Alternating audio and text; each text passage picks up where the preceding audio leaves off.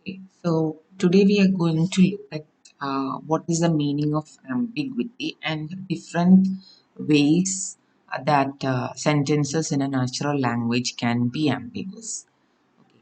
So the ambiguity, the term actually means that there can be multiple meanings or multiple interpretations associated with a word or a sentence and so on. Okay. So this ambiguity of words and sentences might result in multiple interpretation and generation of meaning for a particular sentence might involve more computation. Okay. So what we are going to look at are the different levels of ambiguity associated with natural language. Okay, so natural languages, say compared to say programming languages, natural languages are more vague and ambiguous. That is, you can, in the case of programming languages, we have a specific structure in which you have to write the programming language, and there can be only one interpretation. Say for a keyword, there is only one interpretation, or for a for loop, there is only one interpretation associated with it. But when we're talking of natural languages, there is more flexibility in how we use the language, and there is more ambiguity and vagueness also associated with natural language. So, what ambiguity here means is having more than one meaning, and the ambiguity can be because of the words or syntax or the context or any of those things. Okay, and the issue with ambiguity is it increases the range of possible interpretations of natural language. So we have been talking about the semantics of natural language, and in order to generate the meaning of a particular sentence or some text, uh, if there is ambiguity in the sentence, then there can be multiple interpretations associated with it, and in order to, it requires more computation in order to arrive at which meaning is meant at a particular context. Okay, say for example, suppose we have an 8 word sentence. Okay, there are 8 words in the sentence. Now, with each word, let us say if there are three different interpretations for each of those words. Okay, there are 8 words, and we are saying there are three different interpretations for each of the words. Means it will result in 3 raised to 8 interpretations of that sentence. Okay, and this is only we are talking about the ambiguity in terms of words. And now you can have syntactic ambiguity. Say for example, we have earlier said that if we have a particular sentence or particular language, if we have a particular language construct, there can be multiple parse trees which can be generated corresponding to it. Okay, from the same grammar, the same sentence, we can have multiple parts trees generated. Means the syntax, there is some level of syntactic ambiguity there also. So apart from word level ambiguity, which increases the number of interpretations for a particular sentence or text, you can also add syntactic ambiguity to it. And again, the context in which we're using can also increase the level of ambiguity. So, multiple levels of interpretations are possible. So, what are the ways in which ambiguities enters language? That is what we will be looking at. And we know these ambiguities have to be eliminated later in order to arrive at the correct meaning of sentences. Okay. Okay, so ambiguity is that is a capability of being understood in more than one way or having more than one meaning.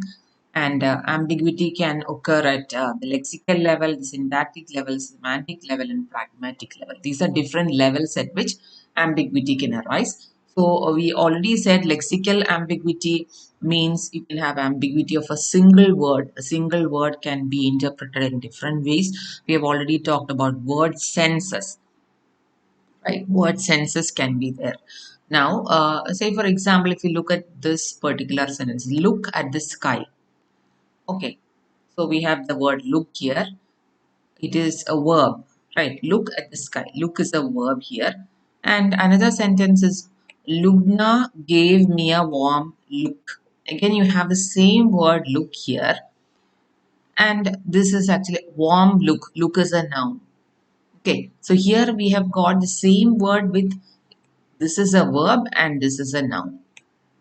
Okay, so the part of speech, this is called part of speech tag ambiguity because part of speech is different. The word is the same, but a part of speech is different here. Okay, now next is another sentence is there is a hike in the price of gold. Okay, we are talking about gold as an example here. There is a hike in price of gold, so which means we will be referring to gold as metal. The gold metal, the price has gone up. Now, another sentence is she has a heart of gold. Okay, we are not referring to that metal here, but it means heart which is good, something which is good.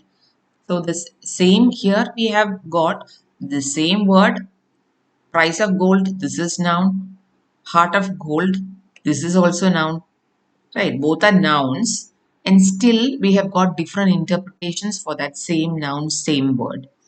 So this is what we call word senses. Okay, so this is the ambiguity at the lexical level. You can have the same word being used in different part of speech. Okay, the part of speech tags might be different, or even the same part of speech, you might have different interpretations for the same word. That is lexical ambiguity.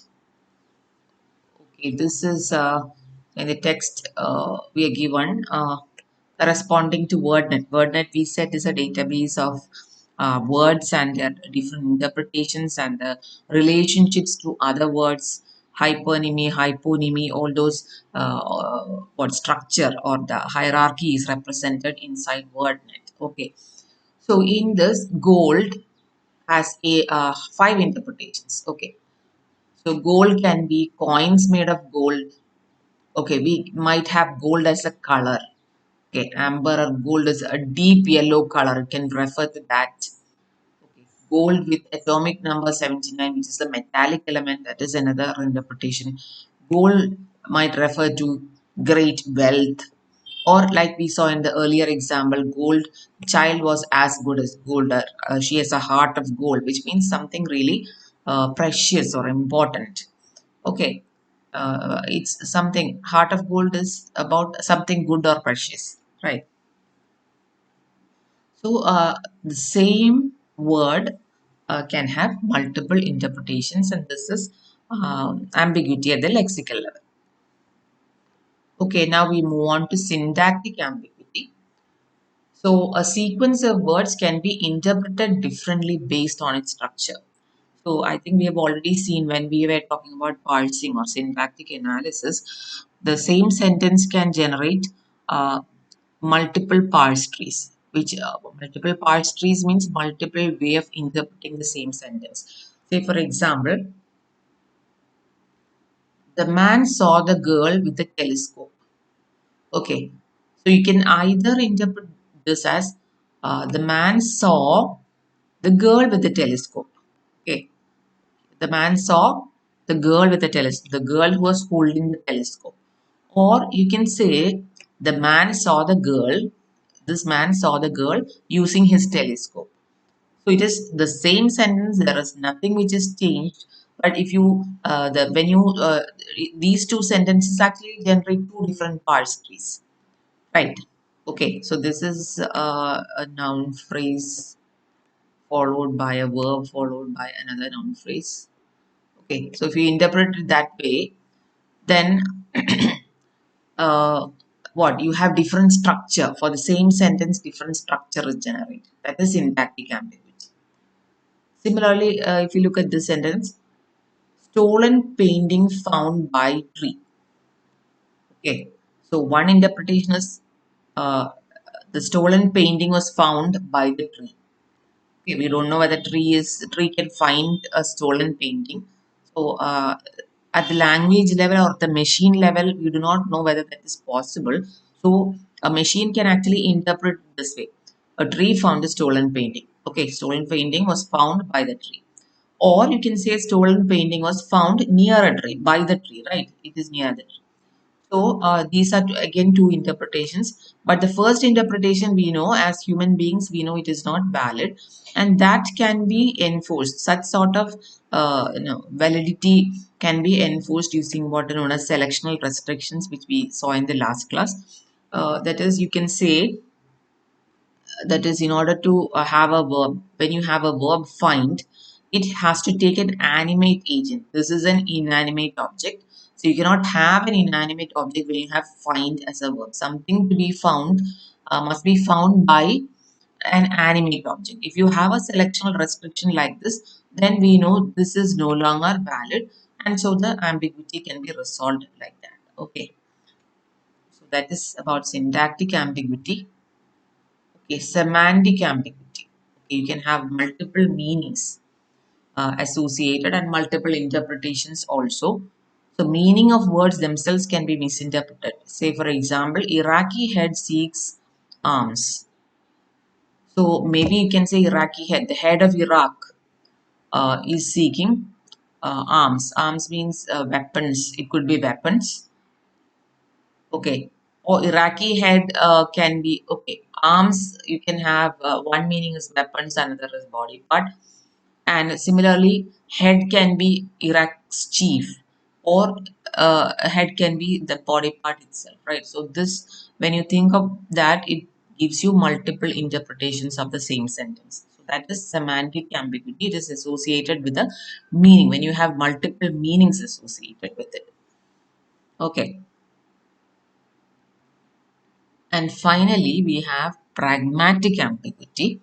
So, pragmatic ambiguity is something which related to the context in which the sentence is used. Okay, okay. The context of the phrase or sentence could give multiple interpretations for that sentence or the phrase. Say, for example, uh, cake is on the table. I have prepared some snacks. Give it to the kids. So here the ambiguity what arises is we don't know whether this it is referring to uh, whether the snacks or the cake. Okay, so this has nothing. This it is being interpreted could be interpreted in different ways. It has nothing to do with what lexical ambiguity or syntactic ambiguity or semantic ambiguity. It is the way in which this sentence is being used in this context that gives it different meanings. Right? That is what we call pragmatic ambiguity. So ambiguity can arise through multiple ways, and that is what we have come across. So in order to generate meaning corresponding to a sentence or some text, we need to resolve these ambiguities before moving forward.